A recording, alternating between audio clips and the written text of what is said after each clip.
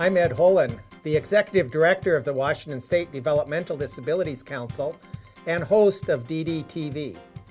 DDTV is made possible through a project called Informing Families, Building Trust, a partnership between the Developmental Disabilities Council, the Division of Developmental Disabilities, and other key state and local organizations. It's a project that's designed to improve communication and provide reliable information for families and individuals with developmental disabilities. Official-looking documents that come from the state of Washington can be a little overwhelming and sometimes a little scary. In fact, we hear from families that they're afraid to open the mail that they get from the state for fear of bad news. But things are gradually beginning to change. In September of 2007, DDD simplified things. They combined all of their service notices into one, called the Planned Action Notice, commonly known as the PAN. Now everyone receives a PAN after their annual assessment and any time a request for services is made. And now PANs communicate all the decisions made by DDD regarding your services, not just denials, reductions, and terminations, but also decisions to increase and continue services. Also included right here in the PAN is information about how DDD made its determination and your right to appeal. The PAN has a really big job to do communicating all of this information. So it's really important that you pay attention the next time you receive a PAN in the mail. Okay, all you PANs, listen up. You've got an important message to deliver, and I'm counting on you to make yourselves clear. Many of you will be letting people know about an increase or continuation in their services. Yay! But a few of you will be letting people know about our decision to deny, reduce, or terminate their services. Oh, come on, PANs, it's not all bad. You've got a job to do. You have to help people understand the type and amount of services approved in their individual support plan, and let them know that they have the right to disagree with any decision we've made. So, PANs, what's your job? To help people understand. And what's their right? To disagree. And what do they do if they disagree? Appeal. How many days do they have to appeal? 90 days. And what if they want to maintain their current level of service during an appeal? Then how many days do they have? 10 days. Emily has a question. Emily. What do we do if they ignore us? I've already tried to call ahead to let people know you're coming in the mail, but I wasn't able to reach everybody. So do your best to stand out. Be clear. And remember, you're not alone. You can always count on me to help explain things. I'm just a phone call away. What's my assignment? Let's see. You're going to see Matt to tell him his Medicaid personal care service hours are being reduced. Make sure his mom sees you. All PANs need to be seen by at least one other person, a parent, a guardian, or an appointed advocate. Since Matt lives with his mom, you only have to go to one house today. How about me? Let's see. You get to go to Joe's house to tell him he's been approved for core waiver services. Cool. And you're going to let Jane's parents know they'll continue to receive Level 1 individual and family support services. That's $2,000 of approved services for the year. But you do have to let them know that they're not approved for that flat screen TV they requested.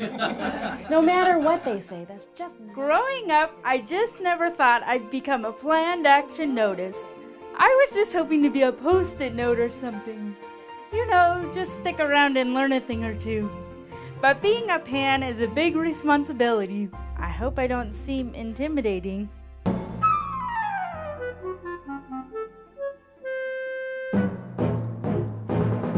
I can do this. I can be clear. I'll let Matt know his rights. I'll show him the rule that was used to make the decision. I'll make sure they see the deadline for filing an appeal. I just hope they don't try to stick me in a drawer. Hi, I'm a planned action notice from DDD. got an important message for you. Wait, I have some important information. Mom, the letter from DDD just showed up. Put it on the counter. I'll get to it later. No, I think you better take a look at it now. Well, what is it? Hi, I'm a planned action notice from DDD. Matt's case manager has sent me to tell you both that Matt's Medicaid personal care hours have been reduced. Reduced? That's not right. If you disagree with the decision, you have 90 days to make an appeal. That's the last thing we need to deal with. But if you want to keep receiving services during the appeal, you only have 10 days. 10 days? Appeal the decision? What do you mean by that?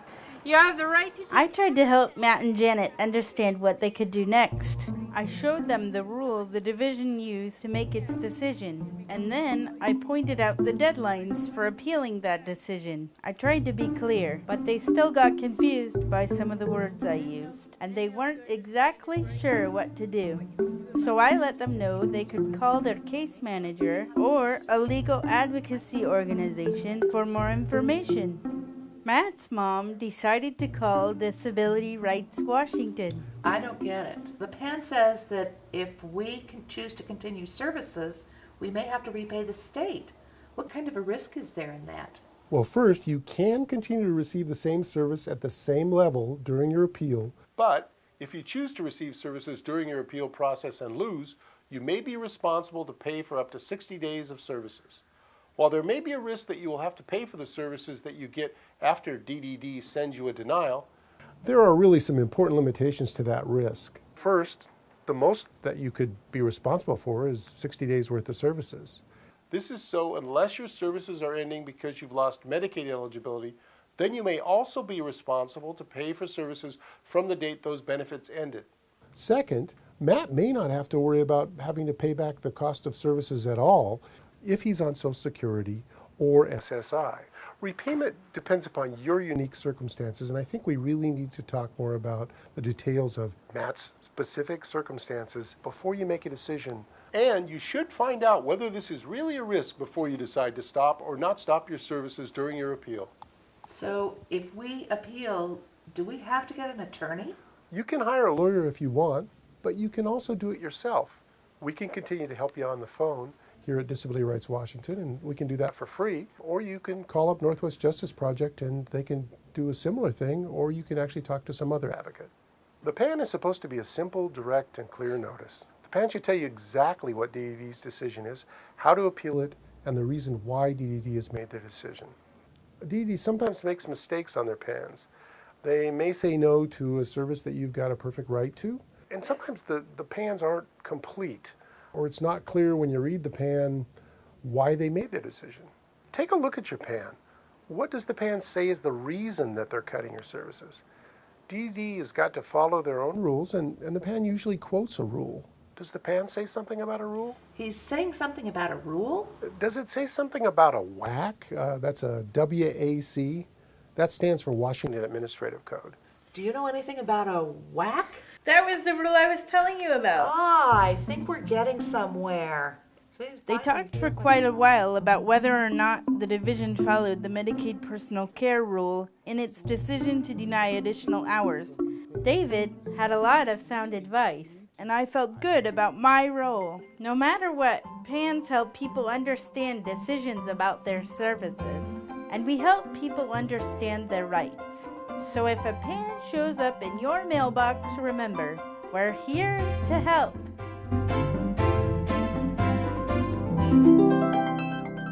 Even though it won't be Emily personally delivering news of a DDD decision, you don't have to be scared the next time you receive a PAN in the mail. It's more important than ever that you pay attention when you receive a PAN. It isn't just bad news. You do have a right to appeal, but you can't wait to take action. If you need help understanding the PAN, call your case manager or a legal advocacy organization like Disability Rights Washington.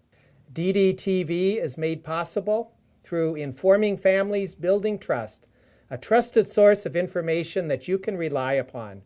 For more about services, policies, and resources important to people with developmental disabilities, visit the Informing Families Building Trust website at www.informingfamilies.org. Don't panic, read your pan.